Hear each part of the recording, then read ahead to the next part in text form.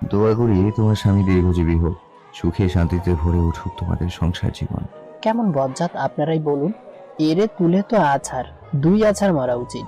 যাও বাবা, এটা কি হলো? কষ্ট করে সালাম করলাম আমি, আর সে দোয়া করলো শুধু নিজের জন্য। হ্যাঁ না, এই বর তো দেখছি সুবিধার না বেশি। কি ব্যাপার? হ্যাঁ, এভাবে দাঁড়িয়ে রাত পার করার চিন্তা ভাবনা আছে নাকি? যাও জলদি ফ্রেশ হয়ে এসো। মৌ কিছু না বলে হালকা মাথা নাড়িয়ে সম্মতি জানিয়ে ওয়াশরুমে গিয়ে ফ্রেশ হয়ে এসে রায়হানকে আর দেখতে পায় না। তাই মৌ আর কোনো কথা না বলে চুপচাপ গিয়ে শুয়ে পড়ে। একটু পর হঠাৎ ফোনের শব্দে মৌয়ের কাঁচা ঘুমটা ভেঙে যায়। হ্যালো, ছাদে আসো তো একটু। এখন এত রাতে? হ্যাঁ, আমি অপেক্ষা করছি। 5 মিনিটের মাঝে না আসলে খুব খারাপ হয়ে যাবে বলে দিচ্ছি। এটুকু বলে ফোন রেখে দেয়।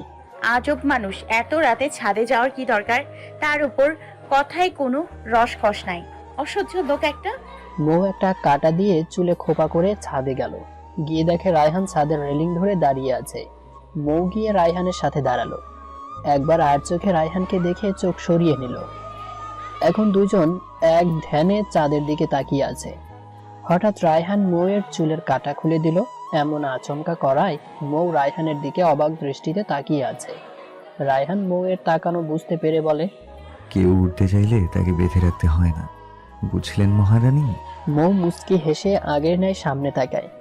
এদিকে মৌয়ের চুলগুলো বাতাসে দোল খাচ্ছে, আর রায়হান মুগ্ধ নয়নে তা দেখছে। মৌয়ের সাথে চোখাচোখি হওয়ার পর চোখ সরিয়ে নিল। সকল নীরবতা ভেঙে রায়হান বলে ওঠে, চাঁদটাকে আজ একটু বেশি সুন্দর লাগছে, তাই না? কোথায়? একে তো রোজ যেমন দেখি।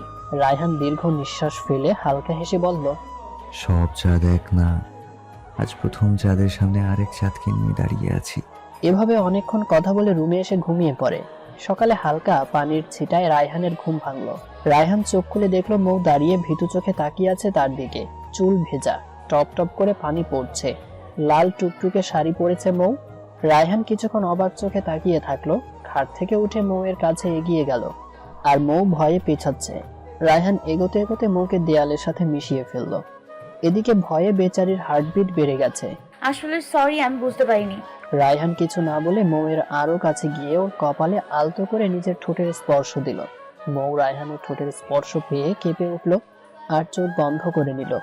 রায়হান মৌয়ের এমন লজ্জায় লাল হয়ে যাওয়া মুখের দিকে তাকিয়ে আছে কিছুক্ষণ। মুচকি হেসে ওয়াশরুমে চলে যায় ফ্রেশ হতে। মৌ চোখ বুজে কতক্ষণ ছিল তা খেয়াল নেই, তবে রায়হানের ছোঁয়া পেতে মন যেন উতলা হয়ে যাচ্ছে। হঠাৎ দরজার শব্দে ঘোর কাটে, আর আশেপাশে রায়হানকে না দেখতে পেয়ে দীর্ঘ নিঃশ্বাস ফেলে। মাথায় ঘুমটা টেনে দরজা খুললাম, দেখি আমার একমাত্র ননদ এসছে, আমার বরের ছোট বোন। নাম অবশ্য জানি না, আমি আসলে বলেছিল একবার, কিন্তু ভুলে গেছি। শুধু এতটুকু জানি, সম্পর্কে আমার ননদ হয়। শুভ সকাল ভাবি। ভাবি, চলুন আমার সাথে, নাস্তা করবেন, মা অপেক্ষা করছে। শুভ সকাল ননদিনী, কিন্তু আপনার ভাইয়া তো এখনো ফ্রেশ হচ্ছেন, উনি এলে না হয়? ভাবি, এটা কিন্তু একদম ঠিক না। আমি তোমার বয়সী, আর প্লাস ছোট, তাই নো আপনি আপনি। আর হ্যাঁ, সমস্যা নেই, ভাইয়া চলে আসবে। এখন আপনি চলুন তো আমার সাথে। আমি আর না করতে পারলাম না, ও হাত ধরে আমায় নিয়ে গেল। আসসালামু আলাইকুম মা। ওয়ালাইকুম আসসালাম। রায়হান ঘুম থেকে উঠেছে? জি মা। ও আর হ্যাঁ, কোনো কিছু দরকার হলে লজ্জা না করে আমাকে বা নিশাদকে বলবে। ঠিক আছে, যাক, এই সুযোগে একমাত্র ননদিনীর নামটা জানা হয়ে গেল। আচ্ছা, এখন নাস্তা করে নাও জলদি, একটু পর অনেকে আসবে তোমাকে দেখতে। আর নিশাদ, তুইও বসে পড়। যতই হোক নতুন বউ, তাই কথা না বাড়িয়ে বসে পড়লাম। তবে যা বুঝলাম, আমার শাশুড়ি মা অনেক ভালো। নাস্তা শেষে নিশাদ আবারও আমার হাত ধরে রুমে নিয়ে যাচ্ছে। আমি রুমে যাওয়ার সাথে সাথে উনি বেরিয়ে পড়লেন, একবার তাকালেনও না আমার দিকে। নিশাদ লাগেজ থেকে একটা শাড়ি বের করে সামনে ধরে বলে, ভাবি, শাড়িটা কেমন? অনেক সুন্দর, তোমার বর কিনেছে তোমার জন্য। আমি কিছু বলবো এর মাঝে একটা মেয়ে রুমে প্রবেশ করে। একেও দেখেছি আমার বিয়েতে, কিন্তু নাম জানি না। ভাবি, কেমন আছেন? এই তো ভালো, তুমি? আমিও ভালো। তা আমি যদি তুমি করে বলি তাহলে মাইন্ড করবে? না, মাইন্ড করবো কেন? থ্যাঙ্কস ভাবি। এই হয়েছে তোর, এবার যে কাজের জন্য এসেছিস সে কাজ কর। আর ভাবি, এই হচ্ছে সিফা, আমার কাজিন প্লাস বেস্টু। ও আচ্ছা। আচ্ছা ভাবি, আমরা তোমার ননদ হই, তাই আমাদের তোমায় কিন্তু বলাই লাগবে। না তো আমরা মানছি না। কি বলা লাগবে আমায়? ইস রে, বুঝিও বুঝে না দেখছিস শিপু। তাই তো দেখছি। আরে ভাবি, কাল রাতের বর্ণনা আর কি? আমরা এত সুন্দর করে বাসর ঘর সাজিয়ে দিয়ে গেলাম, আর আমাদের বলবে না? ওদের কথা শুনে বেশ অবাক হলাম। বাবা রে বাবা, দুইটা কি পাক না! এমন দুষ্টুমি ভঙ্গি নিয়ে কথাগুলো বলবে আমি কল্পনাও করিনি। আহারে নিশু, দেখছি ভাবি কেমন লজ্জায় লাল পিলা হয়ে যাচ্ছে। এর মানে ডাল মে কুছ কালা হে। কুচকিয়া, আমার তো পুরো ডালি তো কালামনি হচ্ছে। আমি আমতা আমতা করে যাচ্ছি, কি বলবো বুঝছি না। মেয়ে দুটো আচ্ছা দুষ্টু, দেখছি লজ্জা পাচ্ছি, তারপরেও আরো বেশি করে জিজ্ঞেস করে চলেছে। আমি আর কি বলবো, তোমরা আগে বিয়ে করো, এরপর নিজেরাই জেনে যাবে। এই তোরা যা, মা তোদের নিচে ডাকছে। আচ্ছা ভাবি, আমরা একটু পরে এসে তোমায় গয়নাগুলো পরিয়ে দিচ্ছি। বাই। আচ্ছা। নিশাদ এবং শিফা রুম থেকে বেরিয়ে পড়ার সাথে সাথে তিনি দরজা লাগিয়ে দিলেন। এরপর বিছানায় শোয়া হয়ে বললেন, এই মেয়ে, জলদি এদিকে এসো। এই রে, ভালোই ক্ষেপে আছে মনে হচ্ছে। একটু আগ পর্যন্ত তো ভালোই ছিল। উফ, আগে জানতাম নারীর মন বোঝা নাকি কঠিন, এখন তো দেখছি বর জাতির মন বোঝা আরো বেশি কঠিন। রাতে যতটা ভালো ভেবেছি ততটা না, অসহ্য। কি আর করার, গেলাম ওনার কাছে। জি। পা টিপে দাও। কি? হ্যাঁ, বেশি কথা না বলে জলদি করো, এটাই তোমার শাস্তি। শাস্তি? আমি কি করেছি? কি করেছো সেটা আবার জিজ্ঞেস করছো? সকালে আমি তোমায় আদর করলাম, কিন্তু তুমি আমায় করলে না কেন? এইভাবে তাকিয়ে আছো কেন? হ্যাঁ, আহা, আমায় আদর না করে ম্যাডাম কি সুন্দর একা নাস্তা করতে চলে গেলেন। এই তো দেখছি আচ্ছা নির্লজ্জ মানুষ। এর জন্য বলি আমার ননদ গুলো কেন এরকম হয়েছে। কি হলো, এখনো এইভাবে দাঁড়িয়ে আছো যে? আমাকে আমার ভাগের আদরটা করে দাও, নয়তো আজ সারা দিন তুমি পা টিপে দেবে। কি করব কিছু ভেবে পাচ্ছি না। লোকটা বুঝতে পারছে আমি লজ্জা পাচ্ছি, তারপরেও এভাবে বলছে। রায়হান উঠে এসে মৌয়ের পাশে দাঁড়ালো। থুতনিতে হাত দিয়ে মুখটা উপরে তুলে মৌকে এক নজর দেখে নিল। আজ মৌ লাল আর নীল রঙের মিক্স শাড়ি পরেছে, চুলগুলো খোপা করে রেখেছে, চোখে মোটা করে কাজল লাগানো, হাত ভরা লাল এবং নীল রঙের মিক্স চুড়ি, ঠোঁটে গাঢ় লাল লিপস্টিক, কপালে লাল টিপ, সব মিলিয়ে এ যেন এক হুড়পড়ি। জানো, তোমার এই লজ্জায় লাল হয়ে যাওয়া মুখটা যে আমার খুব প্রিয়। মৌয়ের কানের কাছে গিয়ে ফিসফিসিয়ে বললাম। ও মুচকি হেসে দরজা খুলে চলে যেতে নিলে ওর হাত ধরে নি। আজকে আমি আবার তোমার প্রেমে পড়ে গেলাম বলে মৌকে পেছন থেকে জড়িয়ে ধরলো। এদিকে মৌ কোনো কথা বলতে পারছে না, লজ্জা যেন ক্রাশ করে ফেলেছে তাকে। রায়হান এক হাত মৌয়ের পেটে রাখে, আর এক হাত দিয়ে জড়িয়ে ধরে। রায়হানের হাত মৌয়ের পেটে স্লাইড করতে থাকে। মৌ রায়হানের ছোঁয়া পেয়ে শিহরিত হয়ে ওঠে, এক প্রকার পাগল করে দেয় তাকে। রায়হান চোখ বুঝে মৌয়ের চুলে নাক ডুবিয়ে ঘ্রাণ নিতে থাকে। রায়হান মৌকে তার দিকে ফিরিয়ে নেয়, আর রায়হানের চোখ পড়ে মৌয়ের ওই লাল ঠোঁটের ওপরে। নেশাভরা চোখে তাকিয়ে থাকে। মৌ রায়হানের থেকে ছাড়িয়ে চলে যেতে চাইলে রায়হান হাত টেনে ধরে বুকের সাথে লেপ্টে রাখে। মৌ পরম সুখে রায়হানের বুকে মাথা রাখে। রায়হান আস্তে আস্তে মৌয়ের ঠোঁটের দিকে এগিয়ে যায়। মৌ চোখ খিচে বন্ধ করে আছে। রায়হান যখন কিস করতে যাবে তখন নিশাত এবং সিফা বলে ওঠে, এই রে, আমরা কিন্তু কিচ্ছু দেখিনি। নিশাত ও শিফাকে দেখে মৌ লজ্জা পেয়ে তাড়াতাড়ি রায়হানের থেকে দূরে সরে যায়। আমরা কি এবার চোখ খুলতে পারি? চোখের থেকে হাত একটু ফাঁক করে বলে, আচ্ছা, তোমরা রোমান্স করবে, তা দরজাটা একটু বন্ধ করে করলেই তো আর কেউ তোমাদের ডিস্টার্ব করতো না। অনেক পাকা হয়ে গেছিস তোরা। দাঁড়া, আজই আম্মু আব্বুকে বলবো তোদের বিয়ের ব্যবস্থা করতে। ভাইয়া, লাগছে তো। দেখ ভাইয়া, ভালোই ভালোই ছেড়ে দাও, না তো যা দেখেছি তা 5 কান হতে সময় লাগবে না। রায়হান আর কিছু না বলে কান ছেড়ে দেয়। দুজনে মৌয়ের কাছে এসে বলে, মাশাআল্লাহ, আজকে আমার ভাবিকে খুব সুন্দর দেখাচ্ছে। এর জন্যই তো যে কেউ প্রেমে পড়ে যেতে পারে। থু থু, কার নজর যেন না লাগে। রায়হানের দিকে তাকিয়ে বলে। রায়হান রাগীভাবে ওদের দিকে তাকানোর সাথে সাথে দুজন চুপসে হয়ে যায়। ভাইয়া, আমরা ভাবিকে নিয়ে গেলাম। বলেই দুজন বেরিয়ে পড়ে। রায়হান কিছু বলার আগে সন্ধ্যায় ভাইয়া, স্টেজে আয়, ছবি তুলবো। মুচকি হাসি দিয়ে স্টেজে উঠে মৌয়ের পাশে বসে যায়। ক্যামেরাম্যানের দেয়া নির্দেশ মতে একের পর এক ছবি তুলতে থাকে। ছবি তোলার মধ্যেই রায়হান মৌকে আস্তে করে বলে, কিভাবে তোমার প্রশংসা করব বলো তো? হায়, তোমার থেকে তো চোখই সরাতে পারছি না। এত সুন্দর বউ নিয়ে তো ভয়ই হয়, না জানি আবার কখনকার নজর লেগে যায়। এসব বাদ দেন আর সামনে তাকান, লোকে মন্দ বলবে। আরে আমি ভাই, ভালো করে দাঁড়াতে কি লজ্জা লাগছে তোর? উফ, তোদের জ্বালা আর ভালো লাগছে না। নে এবার হয়েছে। বলে মৌকে পেছন দিয়ে জড়িয়ে ধরে রায়হান। সেই হয়েছে। রিসেপশনের সব গেস্টরা খুব প্রশংসা করে। খুব হাসি খুশিতে মৌ রায়হানের বিয়ের 1 মাস হয়ে যায়। খালা আপনি মাছটা ভাজুন, আমি দেখে আসি কে আসছে। আসছি। উফ, এই অসময়ে আবার কে এলো? দরজা খুলে মৌয়ের হাত পা যেন ঠান্ডা হয়ে গেছে। ও যেন নিজের চোখে বিশ্বাস করতে পারছে না। কতদিন পর আবারও সেই চিরচেনা মুখ। ও আল্লাহ, কি হয়েছে আমার ছেলের? বলে রায়হানকে জড়িয়ে কেঁদে ওঠে। মা, আমি ঠিক আছি, সামান্য পায়ে একটু ব্যথা পেয়েছি। ভাগ্য ভালো উনি সাথে ছিল, নয়তো কি যে হতো। পাশে দাঁড়িয়ে থাকা ছেলেটিকে উদ্দেশ্য করে বলে, আহ ভাই, আপনি কি তবে একটু বেশি বলছেন? আমি শুধুমাত্র আমার কর্তব্য পালন করছি। বলে রায়হানকে সোফায় বসিয়ে দেয়। বৌমা, কি ব্যাপার, এভাবে দাঁড়িয়ে আছো কেন? যাও, কিছু নাস্তার ব্যবস্থা করো। জি। এতক্ষণে মৌ যেন একটা ঘোরের মাঝে ছিল। সবকিছু যেন এলোমেলো লাগছে।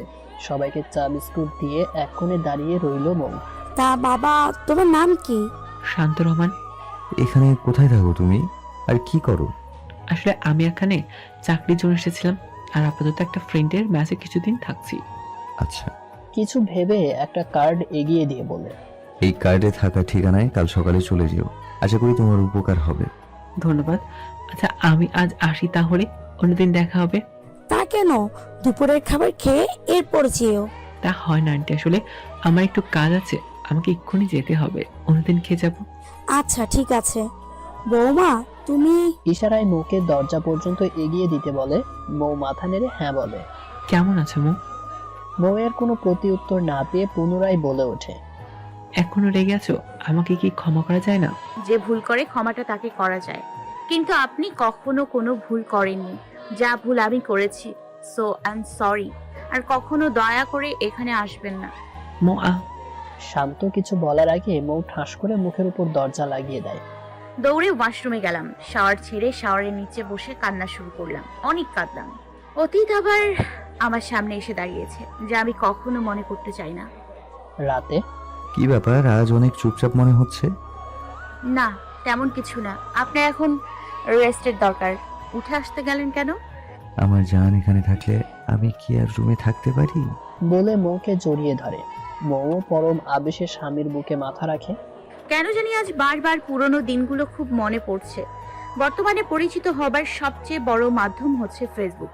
ঠিক শান্তর সাথেও আমার পরিচয়টা হয় ফেসবুকে। তবে হাই হ্যালো কেমন আছো, আমাদের কথা জাস্ট এতটুকুর মাঝে সীমাবদ্ধ থাকতো। অনেকদিন পর কি মনে হলো, মৌ ঠিক করে এভাবে হাই হ্যালো বাদে আজ সরাসরি শান্তর সাথে ফ্রেন্ডশিপ করবে। যেই ভাবা সেই কাজ। শান্ত রাতে অ্যাক্টিভ হয় এবং মৌকে এসএমএস করে, হে হাউ আর ইউ। মৌ সাথে সাথে রিপ্লাই দেয়, ফাইন। আচ্ছা, আপনি কি এখন ফ্রি আছেন? কেন বলুন তো? না, আসলে আমাদের মাঝে তেমন কথা হয় না, শুধু হাই হ্যালো ছাড়া, তাই আর কি। হা হা হা। আচ্ছা, এই ব্যাপার। ওকে ম্যাডাম, আজ অনেক কথা বলবো হবে। সেই দিন আমাদের সম্পর্কের নামকরণ হয়, আর সেটা হচ্ছে বন্ধুত্ব। কথায় কথায় একে অন্যের সম্পর্কে অনেকটা জানি। ধীরে ধীরে না চাইতেও আমরা অনেক ক্লোজ হয়ে যাই। কিন্তু তখনও আমি তাকে আপনি করে ডাকতাম। সে বারবার বলতো তুমি করে বলতে। আমি চেষ্টাও করতাম অনেক, তাও আমার দ্বারা তুমি বলা হতো না। বেচারা সেই রেগে যেত তখন। অবশ্য আমরা কথা বলার থেকে ঝগড়াটা বেশিও করতাম। এভাবে চলতে থাকে আমাদের দিনগুলো। এর মাঝে ওর জন্মদিন আসে, কিন্তু আমি সেটা ভুলে যাই। সে সারাদিন আমার একটা কলের আশায় বসে ছিল। সারাদিন অপেক্ষার পর ম্যাডাম রাতে দেখলাম অ্যাক্টিভ হয়েছে। বাহ, 5 মিনিট হয়ে যাচ্ছে, তাও আমাকে একটা টেক্সট করছে না। তাই অধৈর্য হয়ে আমি বললাম, আজ আমার জন্মদিন ছিল, একবার উইশ তো দূরের কথা, আজ একবারও মনে করলো না। পরদিন সকালে, কেমন আছিস নাবিলা? নাবিলা মৌয়ের ফ্রেন্ড। ভালো। তো মৌ এক দৃষ্টিতে ফোনের দিকে তাকিয়ে আছে। সরি, আমি তোর সাথে পরে কথা বলছি। ওকে, আমি এখন যাই। নাবিলাকে কিছু বলার সুযোগ না দিয়ে মৌ চলে যায়। আসলে নেট অন করার সাথে সাথে শান্তর টেক্সটগুলো আসে। বাসায় এসে শান্তকে ফোন দেয়, কিন্তু শান্ত ফোন ধরে না। কেন জানি খুব খারাপ লাগছিল, যে মানুষটা কিনা ওর এত কেয়ার করে, ওকে সবসময় হাসায়, আর তার স্পেশাল দিনে উইশও করলো না। অবশেষে 5 বারের মাথায় ফোন ধরে। বলো। রাগ করে আছেন? রাগ কেন করবো? সরি, আমি ভুলে গিয়েছিলাম তোমার জন্মদিনের কথা। আর বিশ্বাস করো, আমি তখন একটু কাজে আসছিলাম, এরপর বের হয়ে গেছি অনলাইন থেকে। দেখো প্লিজ এভাবে চুপ করে থেকো না। তুমি আমায় যা পানিশমেন্ট দিবা তাও মেনে নিব, বললে কান ধরে উঠবোস করবো, তাও রাগ করে থেকো না। হা হা হা, পাগলি, আমি কিছু মনে করিনি। আর বাকি থাকলো তোমার শাস্তি, সে আমি পরে ভেবে বলবো। Happy birthday. থ্যাঙ্কস। এরপর থেকে আমার তার প্রতি একটা আলাদা ফিলিংস তৈরি হয়, কারণ আগে কখনো কোনো ছেলের জন্য আমি এমনটা করি না। কিন্তু জানি না সে আমাকে নিয়ে কেমন অনুভব করে, তাই এসব শেয়ার করে ফ্রেন্ডশিপটা নষ্ট করতে চাইনি। এভাবে কিছুদিন যাওয়ার পর হঠাৎ সে আমাকে প্রপোজ করে বসে। প্রথমে ভেবেছিলাম মজা করছে, পরে বুঝতে পারি সে সিরিয়াস আমায় নিয়ে। তাকে অনেক বোঝাই, কিন্তু তার একই কথা, আমার পড়াশোনা শেষ হতে আরো 1 বছর লাগবে, এরপর জব করব, সাথে তোমাকে বিয়ে করব। আর এমন নয় যে আমার তার প্রতি কোনো অনুভূতি নেই। বেশি কিছু না ভেবে আমি হ্যাঁ বলে দিই। যাই হোক, রিলেশনের প্রায় 1 মাস পর আমরা ফার্স্ট দেখা করি। সেদিন আমার হাত পা খুব কাঁপছিল, সাথে ভয় হচ্ছিল। লাইফে ফার্স্ট কারোর সাথে এভাবে দেখা করছি। আমি বসে গান শুনছিলাম আর তার জন্য অপেক্ষা করছিলাম। এমন সময় পেছন দিয়ে সে এসে চমকিয়ে দেয়। প্রথম অদ্ভুত লাগলেও পরে আমরা অনেক গল্প করি, একসাথে হাঁটি। এভাবে চলতে থাকে আমাদের দিনগুলো। ওর সাথে কথা না হলে আমার কেমন জানি কান্না আসতো। ধীরে ধীরে দিন যত যাচ্ছে আমাদের সম্পর্ক তত বেশি মজবুত হচ্ছে। এর মাঝে একদিন আমার বিয়ের প্রস্তাব আসে। ছেলে দেখতে শুনতে অনেক ভালো ছিল, তারা আমায় দেখে পছন্দ করেছিল। আমার পরিবার সকলে খুব খুশি হয়েছিল, কিন্তু আমাকে জানানোর সাথে সাথে তাদের আমি শান্তর কথা বলে দিই। তাদের অনেক কষ্টে রাজি করাই এবং তারা শান্তর সাথে দেখা করতে চেয়েছে। আমি তো খুব খুশি, অবশেষে আমাদের ভালোবাসা পূর্ণতা পেতে চলেছে। কাল ভ্যালেন্টাইন ডে, তাই ভেবে রাখছি কালকে জানাবো। অপেক্ষার প্রহর যেন শেষ হবার নয়। সে ফোন না দেয় অধৈর্য হয়ে আমি রাতে ফোন দিয়ে বলি, শান্ত, আমি বাসায় তোমার কথা বলে দিয়েছি, তারা তোমায় বাসায় ডেকেছে। কিন্তু তার কথা শুনে আমার মাথা ঘুরে যায়। সে সরাসরি না করে দেয়। আমি সেদিন খুব ভেঙে পড়ি। বারবার বোঝানোর পরেও তার একই কথা। হয়তো বারবার এর জন্য ভয় পেতাম ওকে নিয়ে। সেদিনও আমার সাথে সম্পর্কের ইতি টানে। অনেকবার এর কারণ জিজ্ঞেস করার পর সে বলে, আমি আমার পরিবারকে তোমার কথা বলতে পারবো না। আর আমি এখন কেন চাকরি করি না, তাই বলছি ভুলে যাও যা হয়েছে। তোমার চাকরির ব্যাপারে আমি ভাবির সাথে কথা বলেছি। সে আমায় বলেছে তার ভাইকে বলবে। ইনশাল্লাহ সব ঠিক হয়ে যাবে, দেখো। মো, তোমার ভাবিকে না করে দাও। আমি পারবো না তোমার স্বপ্নের ঘর বাঁধতে। আমার পরিবার মেনে নেবে না। তুমি বলে তো দেখো, আমার বিশ্বাস তারা মেনে নেবে যখন জানবে আমি তাদের ছেলেকে সত্যি কতটা ভালোবাসি। আর সব বাবা মা তার সন্তানের খুশি চায়। আমি পারবো না বলতে, বুঝলে? কারণ আমি চাই না তোমায়। বাই। যা ভয় পেয়েছিলাম তাই। এই ছিল তার ভালোবাসা। আমার যেন এক নিমেষে সব শেষ হয়ে গেল। কি উত্তর দিব আমার মাকে, আর কি বা বলবো আমার ভাবিকে যে সে আমাকে ভালোবাসে না, আমাকে শুধু তার প্রয়োজনে ব্যবহার করেছে। মৌ আজ এই লাগবে তো কাল সেই লাগবে, যাকে পাওয়ার জন্য এত চেষ্টা, এমনকি পরিবারের মানুষের সাথে লড়াই করলাম, কিন্তু সেই আজ ভালোবাসি না বলে চলে গেল। সেদিন সারা রাত খুব কাঁদলাম। কেন জানি এসব মেনে নিতে খুব কষ্ট হচ্ছিল। তবুও দিন শেষে ভালো থাকার অভিনয় করতে হয় কাছের মানুষগুলোর জন্য। সকালে কোনো ভনিতা ছাড়া সবাইকে বলে দিলাম তাদের পছন্দ করা ছেলেকে আমি বিয়ে করব। সকলে কেমন অবাক চোখে আমার দিকে চেয়ে রইল। চুপচাপ কাউকে কিছু বলার সুযোগ না দিয়ে আমি নিজ রুমে চলে যাই, কারণ আজ তাদের প্রশ্নের কোনো উত্তর আমার কাছে নেই। যেহেতু আগে ছেলে পক্ষদের সেভাবে কিছু বলা হয়নি, তাই বড় ভাইয়া তাদের ফোন করে জানিয়ে দেয় আমি বিয়ে করতে রাজি। এরপর বাকিটা তো আপনারা জানেনই। অতীত ভাবতে ভাবতে কখন ঘুমিয়ে গেছি খেয়াল ছিল না। সূর্যের আলো মুখে পড়ায় ঘুম ভেঙে যায়। প্রতিদিনের মতো আজও নিজেকে রায়হানের বুকের ওপর পেলাম। জীবনের সবচেয়ে সুখের স্থান এটা আমার। জীবনের শেষ পর্যন্ত এই বুকে মাথা রেখে ঘুমোতে চাই। রায়হান এখনো ঘুমিয়ে আছে, কিন্তু আমায় জড়িয়ে ধরতে তবুও ভোলেনি। বিয়ের 1 মাস পার হয়ে গেছে, তারপরেও সে কখনো নিজ অধিকার নিজে জোর করে না। এমন নয় যে উনি শান্তর ব্যাপারে কিছু জানেন না। ওনাকে আমি সব বলেছিলাম, কারণ আমি চাই না আমাদের সম্পর্ক কোনো মিথ্যে কিংবা কিছু গোপনতা থাকুক। আজ খুব আদর করতে ইচ্ছে করছে, তাই আস্তে করে ওনার কপালে গালে কিস করে ঠোঁটের কাছে যেতেই একটি উনি চোখ মেলে তাকালেন। ওনাকে এভাবে তাকানো দেখে লজ্জা পেয়ে চলে যেতে নিলে উনি হাতটা ধরেই নিজের কাছে টেনে আনলো। নিজেকে সামলাতে না পেরে ওনার বুকের উপর গিয়ে পড়লাম। এইভাবে লুকিয়ে লুকিয়ে আদর করার কি আছে, হ্যাঁ? কপাল কুঁচকে ওনাকে বললাম, তার মানে এতক্ষণ আপনি জেগেছিলেন? কিছু বলার আগে রায়ান আমাকে বিছানায় ফেলে নিজে আমার উপর উঠে যায়। আমার ঠোঁটের চারপাশে স্লাইড করতে করতে বলে, জেগেছিলাম। এ কি হচ্ছে? আমি এখন ফ্রেশ হয়ে নিচে যাব। ছাড়ো না ভাই, এমনি অনেক দেরি হয়ে গেছে। তা ঘুমন্ত অবস্থায় আদর না করে জেগে আছি, এখন করো যেটা বাকি ছিল। বলে ধীরে ধীরে আগাতে লাগে। এই না না, কিছু বাকি নেই। বলে ওনাকে ধাক্কা দিয়ে সরিয়ে উঠে পড়ে। তাড়াতাড়ি একটা শাড়ি নিয়ে ওয়াশরুমে চলে গেল ফ্রেশ হতে। এদিকে রায়হান বোকার মতো চেয়ে রইল, বেচারা। পরে কিছু একটা ভেবে হাসতে হাসতে উপর হয়ে পড়ে, আবার বিছানায় শুয়ে পড়ে। আজ শুক্রবার বলে আবার ঘুমিয়ে পড়ে। শাওয়ার নিয়ে বাইরে এসে দেখি মিস্টার রায়ান উপর হয়ে শুয়ে আছে, মানে আবারও ঘুমের রাজ্যে পাড়ি জমিয়েছে। জানা পাগল একটা, বুঝি না শুক্রবার বলে এত ঘুমের কি আছে। আয়নার সামনে গিয়ে নিজের চুলটা তোয়ালে দিয়ে ঝরছি, যাতে চুলগুলো তাড়াতাড়ি শুকিয়ে যায়, নয়তো পরে আবার মাথা ব্যথা করে। আজ এমনি কত দেরি, আল্লাহ সবাই কি ভাবছে কে জানে। অযথা বিড়বিড় করছিল, আর তখনই চুলের কিছু পানি রায়হানের গায়ে পড়ে। বেচারা ঘুম ভেঙে যায়। রেগে কিছু বলতে যাবে, কিন্তু মৌয়ের দিকে তাকিয়ে চোখ আটকিয়ে যায়। রাগও নিমিষে শেষ। এদিক দিয়ে মৌ তো চুল ঝাড়ছে, কিন্তু ওর খবর নাই দুটো চোখ কখন থেকে ওকে দেখছে। যাই হোক, বিপদ তো আর বলে কয়ে আসে না। পিছে ঘুরে দেখি উনি আবার দিকে কেমন নেশা ভরা চোখে তাকিয়ে আছে। আবার বুঝতে বাকি রইল না যে ওনার মতলব ভালো না, সকালের মতো না, আবার না, তার আগে ভালো আমি কেটে পড়ি। ভাগ মৌ ভাগ।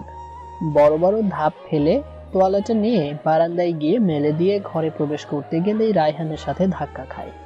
আহ, আপনি আপনি এভাবে ওনার এমন তাকানো দেখে বাকিটা বলার সাহসে কুলালো না। একটা ঢোক গিলে বললাম, আপনি এখানে কি করেন? হ্যাঁ, ওয়াশরুম ওদিকে, জলদি যান, ফ্রেশ হয়ে আসেন। আজ না আপনার গলফ ম্যাচ আছে? তৈরি হয়নি, আমি নিচে গেলাম। এই কথা বলে সাইড দিয়ে চলে যেতে চাইলাম, কিন্তু উনি আমার কোমরটা ধরে এক টান দিয়ে তার বুকের সাথে চেপে ধরলেন। এতে ভেজা চুলগুলো আমার মুখের সামনে এসে পড়েছে।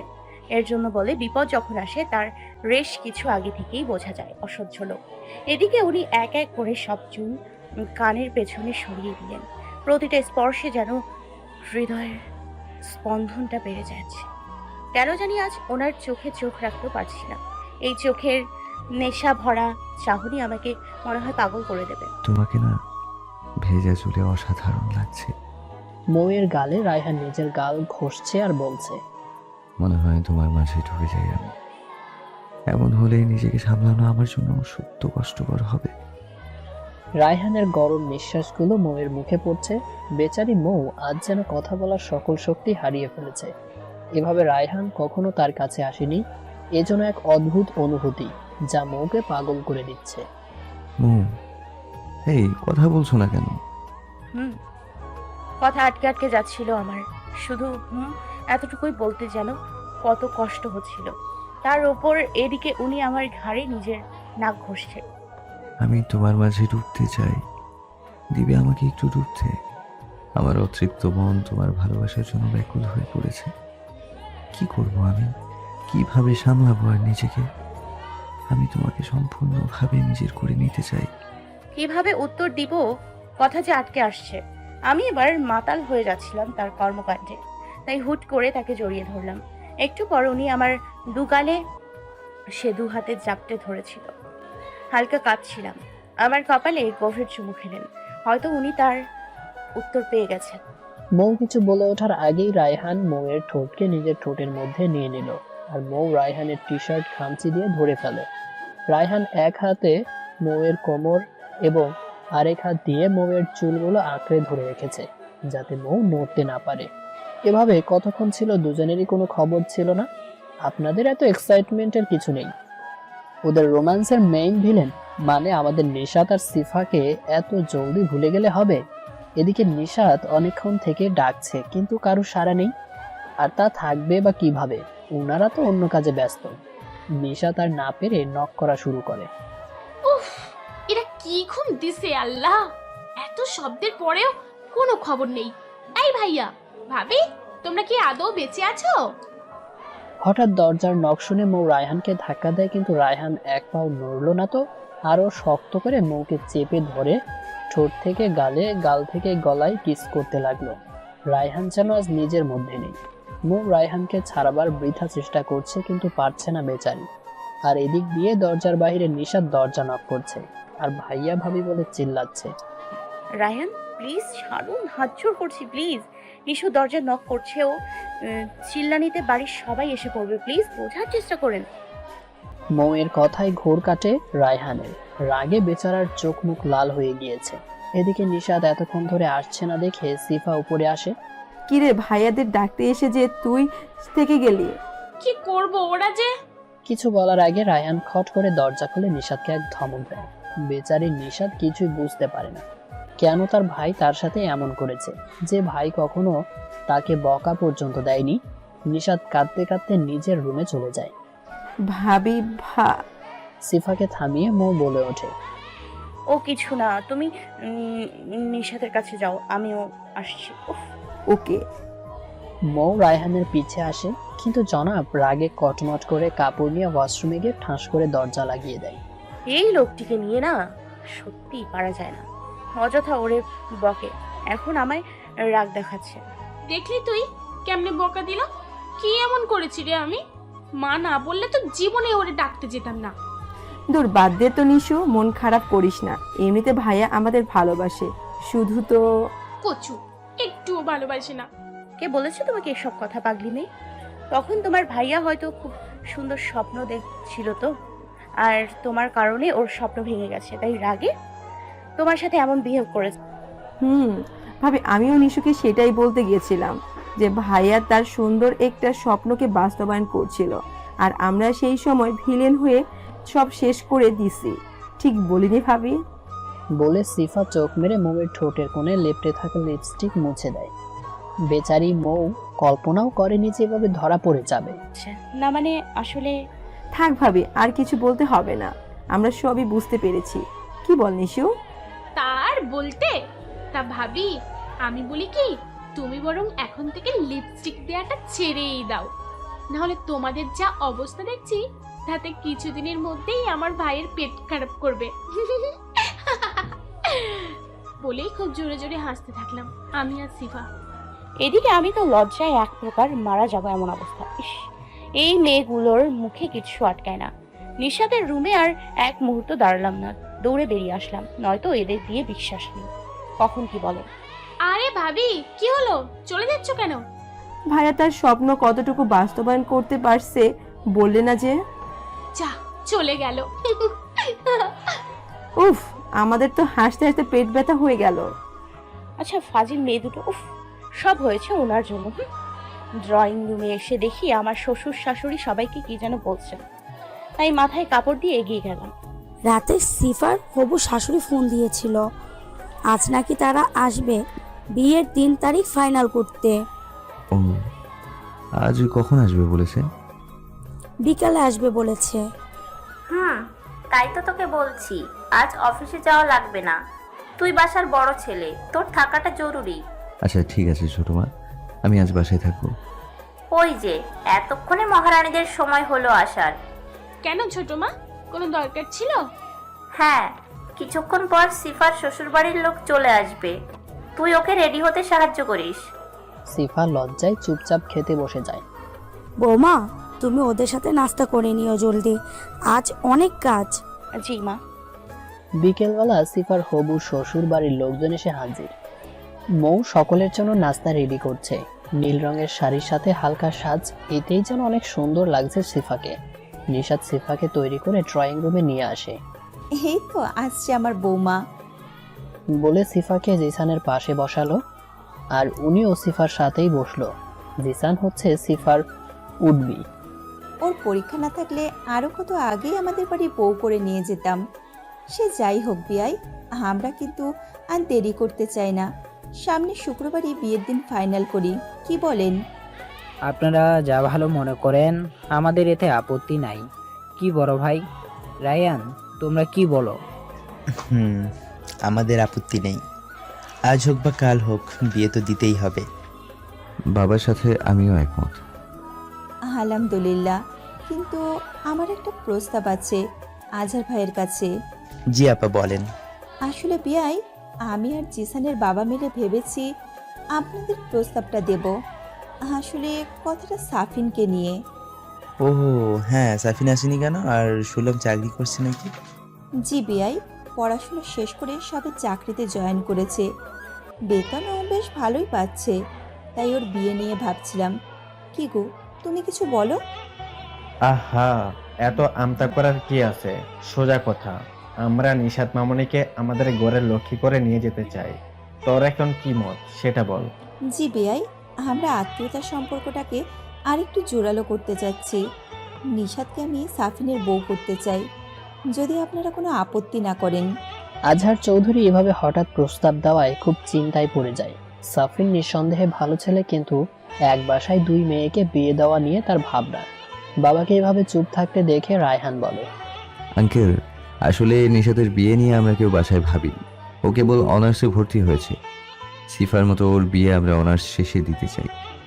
নিশাদ এসব শুনে যেন আকাশ থেকে পড়ল। খুব বিরক্ত লাগছিল তার, কেননা সে এখন বিয়ের জন্য মোটেও প্রস্তুত না। কোথায় বোনের বিয়েতে মজা করবে ভেবে এত শত পরিকল্পনা করলো, কিন্তু এরা সব শেষ করে দেওয়ার উঠে পড়ে লেগেছে। তাই চুপচাপ ড্রয়িং রুম থেকে নিজের রুমে দরজা বন্ধ করে বসে রইল। বাবা এবং আঙ্কেল দুই বন্ধু, সেই জন্য জিশান ভাই সিফাকে পছন্দ করে। এটা জানার পর তারা খুশি মনে এই বিয়েতে রাজি হয়ে যায়। কিন্তু এখন আমি মরছি আমার জ্বালাই। আল্লাহ, আমি এই উগান্ডার তেলা পোকারে তো জীবনেও বিয়ে করুম না। প্লিজ তুমি কিছু করো।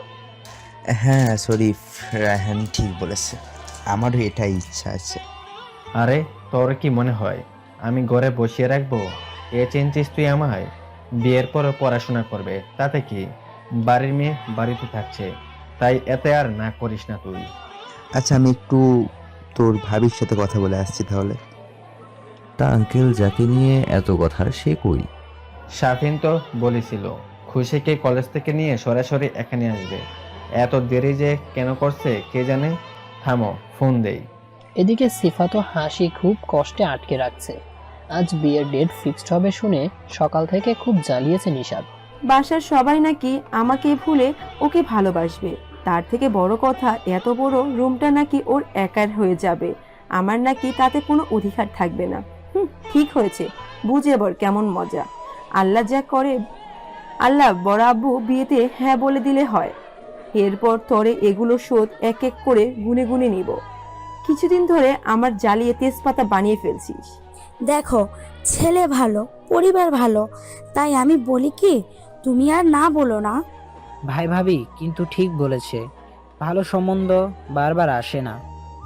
আমি ভাবছি নিশাত এখন ছোট, মানিয়ে নিতে পারবে কিনা। দুই বোন তো একসাথেই থাকবে, তাই বলি কি ও নিয়ে এত ভেবো না। দুই বোন একসাথে থাকলে চিন্তাও কম হবে। আচ্ছা দেখি, তোমরা বাইরে যাও, রায়হানের মতামতটা শুনে শরীফকে ফাইনাল কথা জানাবো। আচ্ছা। এতক্ষণ লাগে তোদের আসতে? সব তোমার মেয়ের জন্য, ও দেরি করিয়ে দিছে। আচ্ছা হয়েছে। ভাই কি হলো, ডেট ঠিক হলো কবে? নিশাদ বিছানায় চুপ করে বসে আছে। পাশে তার ভাই এবং বাবা তার উত্তরের অপেক্ষায় আছে। নিশাদ চাইলে তবেই তারা এ বিষয়ে আগাবে, ওর মতের বাইরে কিছু করবে না। তোমরা যা ঠিক ভাবো তাই করো, তোমাদের উপর আমার বিশ্বাস আছে। এটুকু বলে নিশাদ দীর্ঘশ্বাস নেয়।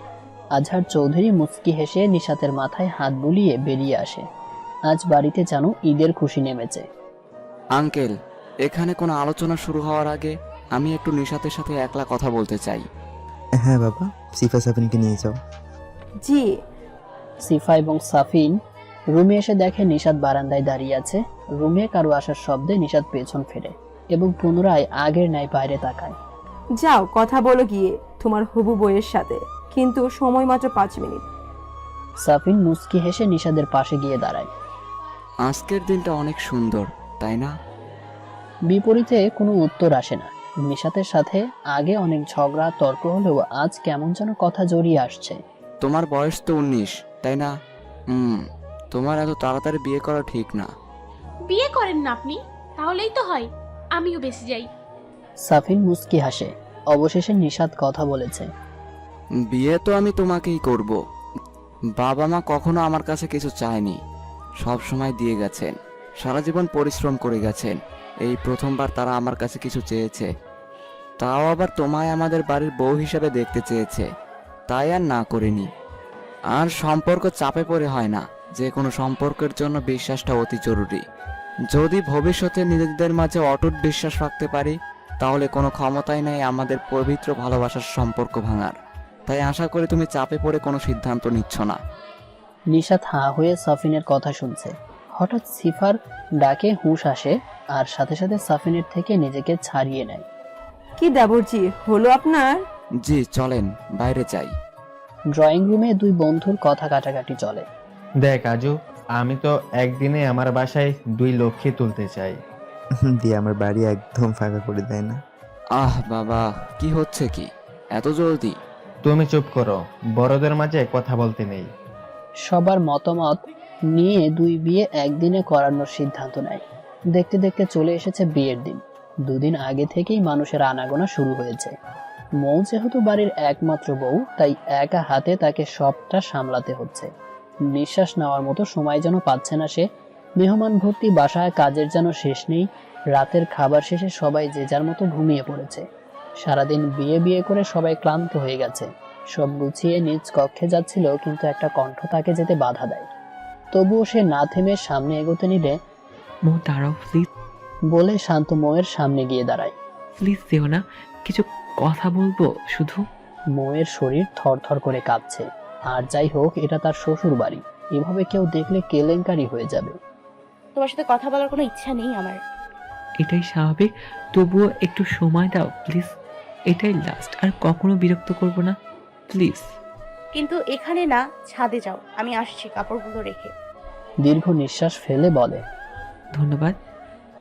মৌ নিজ রুমে চলে আসে। রায়হান ঘুমিয়ে পড়েছে, চোখের নিচে এখনো পানি রয়েছে। আদরের 2 বোন আজ নিজ ঠিকানায় পাড়ি দিয়েছে। কাল বউ ভাত শেষে মেহমান চলে গেলে বাসা পুরো নীরব হয়ে যাবে। মৌ রায়হানের পাশে বসে গালে হাত বুলিয়ে চোখের পানি মুছে দিয়ে মনে মনে বলল, সরি, তোমাকে না জানিয়ে যাচ্ছি। আমার অনেক কিছু বলার আছে শান্তকে, আর ওকে ধন্যবাদ তো দিতেই হবে। যতই হোক, ও আমায় ছেড়ে না গেলে তোমায় পেতাম কিভাবে। মৌ ছাদে আসতে দেখে শান্ত ওর অপেক্ষায় দাঁড়িয়ে আছে। ভাগ্য আমাদের কোথায় এনে দাঁড় করিয়েছে দেখেছো? যাকে তুমি অপেক্ষা করাতে আজ তার জন্য অপেক্ষা করছো। মৌয়ের কথা শুনে শান্ত মাথা নিচু করে আছে।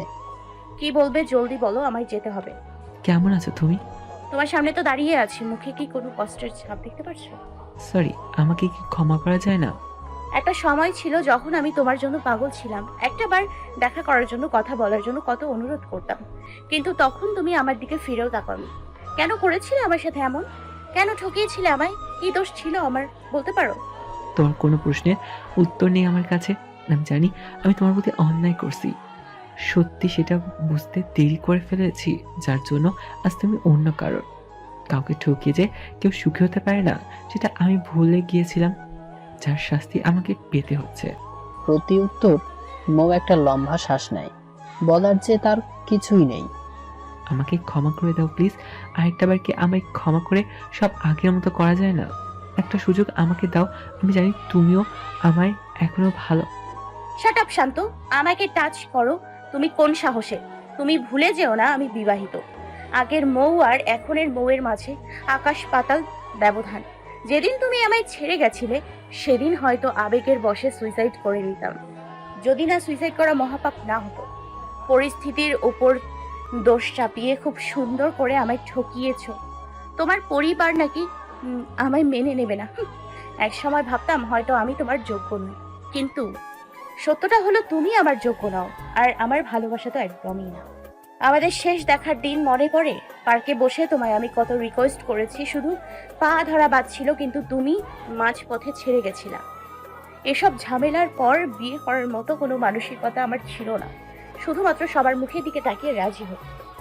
আর ঠিক সেই মাঝপথ থেকে রায়ান আমার হাত ধরে আলোর দিশা দেখিয়েছে। মানুষটা আমাকে পাগলের মতো ভালোবাসে, তার ভালোবাসায় বিন্দু মাত্র অভিনয়ের ছোঁয়া নেই, কিন্তু তোমার ভালোবাসা ছিল সবটাই নাটক। সেজন্য প্রতিক্ষণে আমার মনে সন্দেহ হতো। পরে জানলাম তুমি আমার আগেও নাকি বেশ কয়েকজনের সাথে টাইম পাস করেছো, আমিও ছিলাম তাদের মাঝে একজন, তাই না?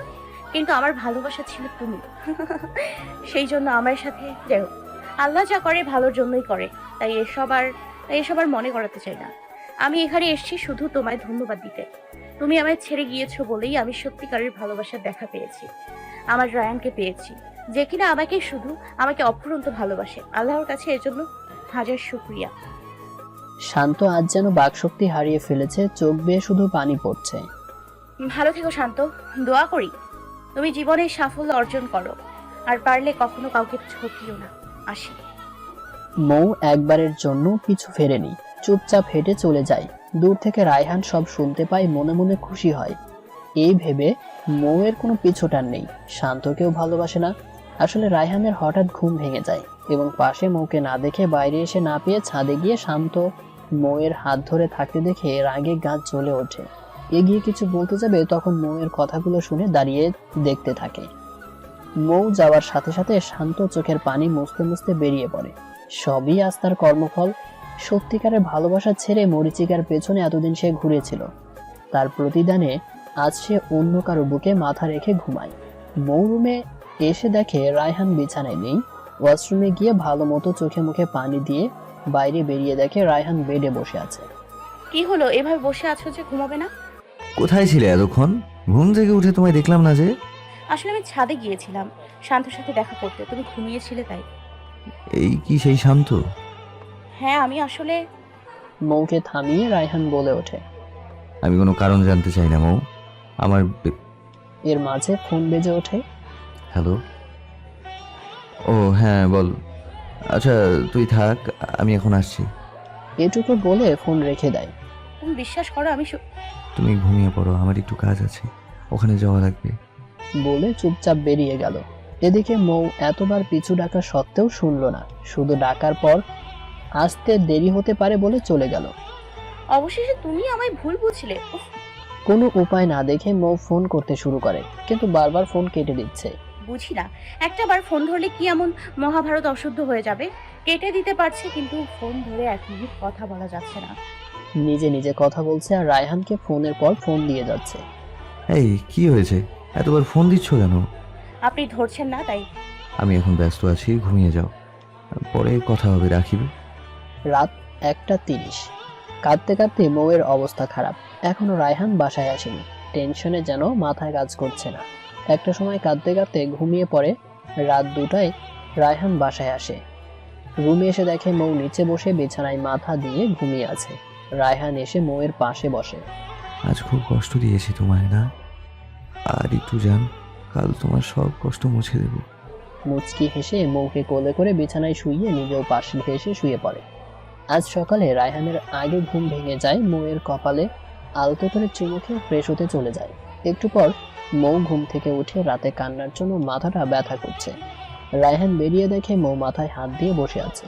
দরজা খোলার আওয়াজে পাশে তাকাতেই রায়হানকে দেখে দৌড়ে গিয়ে জড়িয়ে ধরে কাঁদতে কাঁদতে বলে, কোথায় গিয়েছিলে রাতে? তুমি ফোন কেন ধরছিলে না? মৌ, সকাল সকাল কি শুরু করলে বলো তো? তোমায় বলেছিলাম তো যে কাজ ছিল। যাই হোক, ফ্রেশ হয়ে এসো জলদি। সিফা নিশাতের বউ ভাতের অনুষ্ঠান আজ, ভুলে গেছো? এমনিতে তোমাদের রেডি হতে অনেক সময় লাগে। বলে চুপচাপ মৌকে নিচ থেকে ছাড়িয়ে নেয়। মৌকে কিছু বলার সুযোগ না দিয়ে বেরিয়ে পড়ে। বউ ভাত অনুষ্ঠানে এত মানুষের মাঝে রায়হানের সাথে সেভাবে কথা বলার সুযোগ পেল না। অনুষ্ঠান শেষে বিকেলে সবাই বাসায় আসলো। বাসায় নতুন জামাই আসছে দেখে এটা সেটা রান্না করা শুরু হয়ে গেছে। তোরা ভাইয়ের জন্য এটুকু করতে পারবি না? করা তো চাই, কিন্তু এতে আমার আর নিশুর কি লাভ?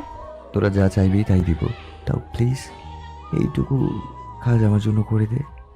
সত্যি দিবা তো? সত্যি। আচ্ছা, তো আমার আর নিশুর জন্য 2 বক্স চকলেট আইসক্রিম। আর আমার জন্য জলদি একটা ভাতিজি বা ভাতিজা। যদি দিতে পারো তাহলে তোমার কাজটা করব, না তো না। তোরা খুব পেকে গেছিস। বলে দুজনের কান টেনে ধরে। ভাইয়া ভাইয়া লাগছে তো। ঠিক আছে, তোদের কাজ হয়ে যাবে, আগে আমার কাজটা। ফিকার নট ভাইয়া, আমরা যে কাজ হাতে নিই তা কমপ্লিট করেই ছাড়ি। আই এম রাইট জানো? অ্যাবসলিউটলি রাইট জানো। বলে দুই বোন চলে যায়। বোনেদের দেখে মুচকি হেসে বেরিয়ে পড়ে। এদিকে নিশাদ সিফা এসে মাদের রাজি করিয়ে মৌকে নিয়ে সন্ধ্যায় বেরিয়ে যায়। শপিং করে রেস্টুরেন্টে আসে ডিনার করবে বলে। মৌ প্রথমে রাজি না হলেও ওদের জোরাজোরিতে চলে আসে। কি হলো ভাবি, খাচ্ছ না কেন? খাচ্ছি তো। এত সময় লাগে আসতে তোর? আরে ওই দিকটাই ভিড় ছিল। থামেন, আমি রাখছি। বলেই ইচ্ছে করে একটা ড্রিঙ্কস মৌয়ের গায়ে ফেলে দেয়। ও সরি ভাবি, বুঝতে পারিনি। আরে না, ঠিক আছে। বলে ঝাড়তে থাকে। কোনো কাজ যদি তোর দ্বারা হয়। আচ্ছা, আমাদের এখানে কোনো রুম ফাঁকা আছে? আচ্ছা ভাবি, চলো একটা রুমে কিছুক্ষণের জন্য দিচ্ছি, তুমি এই শাড়িটা পরে নিও গিয়ে। আর ভাবি, ফ্রেশ হয়ে তাহলে তুমি এখানে এসো, আমরা আর যাচ্ছি না তাহলে। আচ্ছা, আমি আসছি। আমাদের কাজ শেষ, বাকিটা ভাইয়া বুঝে নেবে। বলে দুই বোন হাসতে থাকে। রুমে লাইট নেই? না থাক, আমায় শুধু বলেন ওয়াশরুমটা কোথায়। ওকে, আপনি যান তাহলে। মৌ ওয়াশরুম থেকে বেরিয়ে অবাক চোখে তাকিয়ে আছে। রুমটা সত্যি অনেক সুন্দর করে সাজানো রয়েছে। চারপাশে ছোট ছোট মোমবাতি জ্বালানো, কোনো লাইট জ্বালানো নাই। মোমের আলোতে পুরো রুম ভরে উঠেছে। অনেকগুলো লাভওয়ালা বেলুন মেঝেতে গড়াগড়ি করছে। সাথে রুমটা যেন একটা গোলাপ বাগান। এত গোলাপ, খাটে তো সব গোলাপের পাপড়ি। এমনকি নিচে একটা ফুলের রাস্তা দিয়ে বারান্দার দিকে গেছে। তখন ঘর অন্ধকার থাকায় দেখতে পারেনি। প্রথমে চলে যেতে গিয়েও কি মনে হলো বারান্দায় গেল। নিশ্চয়ই ঘরটার মতো করে বারান্দাটাকেও সাজানো হয়েছে, কিন্তু বারান্দায় অলরেডি একজন উপস্থিত আছে। তাকে দেখে মৌ বলে ওঠে, সরি, আপনি এখানে? আমার বউ যেখানে আমি তো সেখানে থাকবোই, তাই না? বলে মুচকি হেসে দুই হাত বাড়িয়ে দেয়। মৌ দৌড়ে রায়হানের বুকে ঝাঁপিয়ে পড়ে, শক্ত করে জড়িয়ে কেঁদে ওঠে। রায়হান জড়িয়ে ধরে বলে, কি হলো, কাঁদছো কেন? আপনি আর সারাদিন আমার সাথে ভালো মতো কথা বলেননি, তার ওপর গতকাল আমার কথা না শুনে ভুল বুঝে চলে গিয়েছিলেন। আমি তোমায় কি করে ভুল বুঝি বলো তো? আমি তো জানি আমার পাগলিটা আমায় কতটা ভালোবাসে। আমার বিশ্বাস আছে তোমার প্রতি, আর তোমায় সারপ্রাইজ দিব বলেই তো তখন যেতে হয়েছিল। তাহলে সকাল থেকে এতটা সময় কেন কষ্ট দিয়েছেন? তোমার একার কষ্ট হয়েছে নাকি? আমিও তো কষ্ট পেয়েছি। তোমায় ছাড়া যে থাকতে পারবো না। অনেক ভালোবাসি তোমায়, বিশ্বাস করো। আমিও তোমাকে ছাড়া থাকতে পারবো না। দয়া করে কখনো এমন করো না প্লিজ।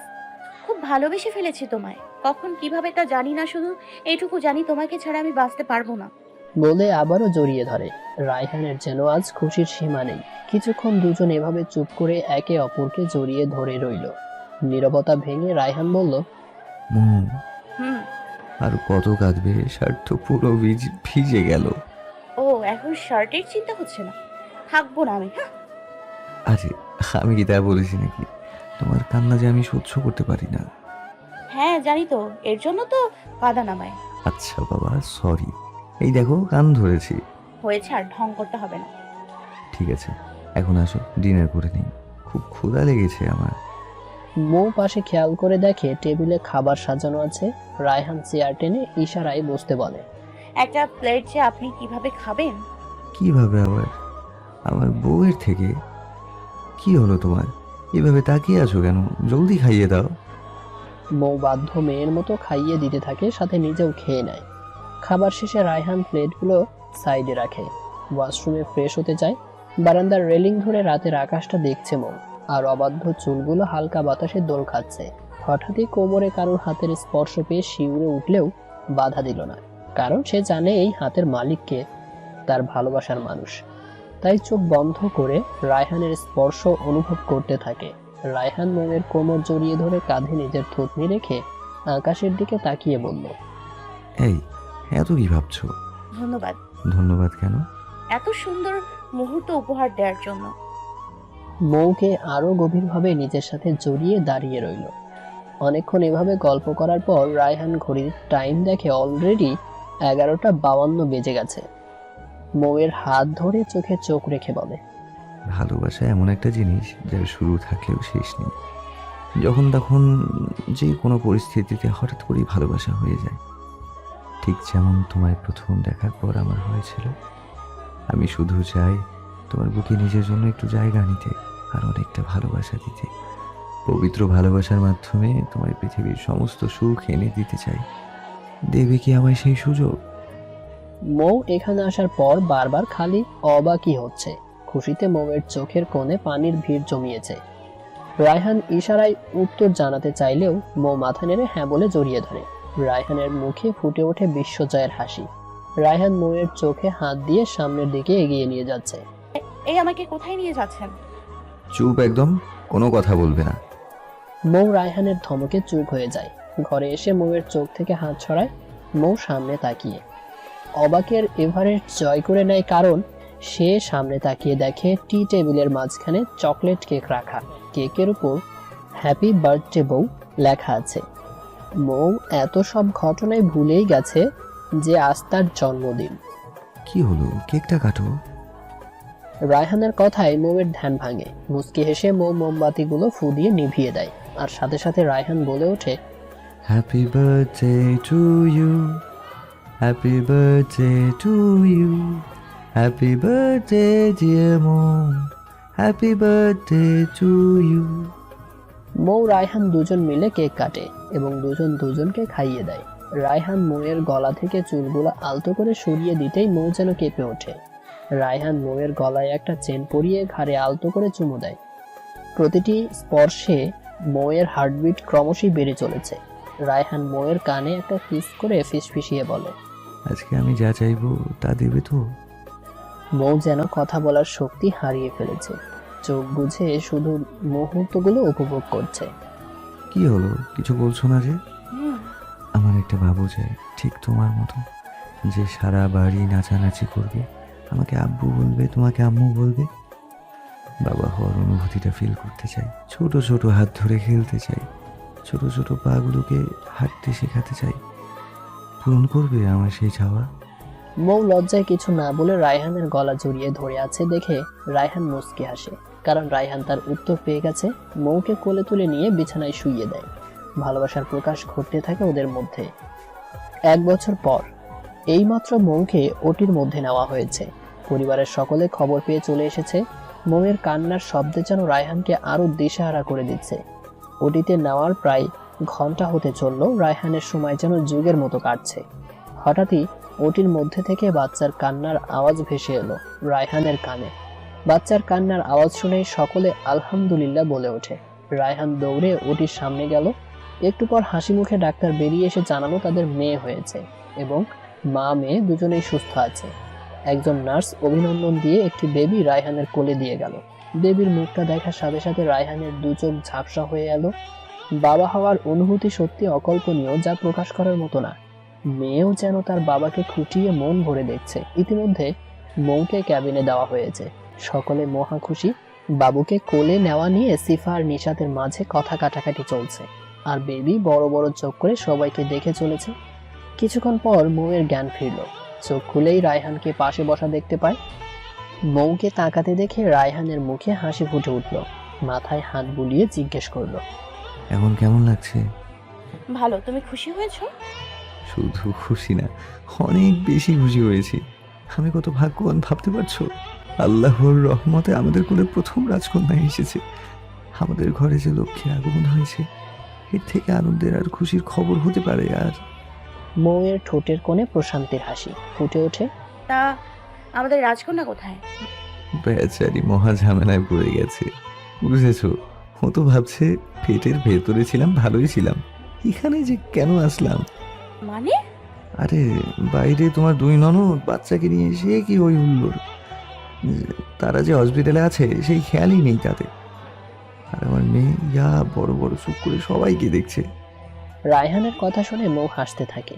এর মাঝে বাবু কোলে রাইসা চৌধুরী সহ সবাই কেবিনে এলো মৌয়ের সাথে দেখা করতে। রাইসা চৌধুরী নাতনিকে মৌয়ের কোলে রেখে কপালে চুমু দিয়ে বলল, কেমন আছিস মা? ভালো মা। যাক, অবশেষে আমাদের সময় কাটানোর জন্য কেউ এসে গেছে। কি বলো ভাবি? হুম। একে একে কথা বলে সবাই বাইরে গেল। মৌ মন ভরে দেখছে মেয়েকে, আর রায়হান মেয়ে এবং মায়ের দিকে দেখায় ব্যস্ত। এভাবে তাকিয়ে আছো কেন? দেখছি কি? একটা বাবুর মা হয়ে গেছো, তবুও নজর ফেরাতে পারছি না। এখন মনে হচ্ছে আরেকটার জন্য চেষ্টা শুরু করে দিতে হবে। বলে মুচকি হেসে রায়হান চোখ মারে। যা, খালি ফালতু কথা। তাদের এই ভালোবাসা সারা জীবন রয়ে যাবে, আর তাদের ভালোবাসার চিহ্ন হয়ে থাকবে তাদের মেয়ে রাইসা চৌধুরী। এভাবেই বেঁচে থাকুক প্রতিটি পবিত্র ভালোবাসার সম্পর্ক। ভিডিওটি ভালো লাগলে অবশ্যই একটি লাইক দিয়ে কমেন্ট করে জানাবেন কেমন লেগেছে। সাথে থাকুন, ধন্যবাদ।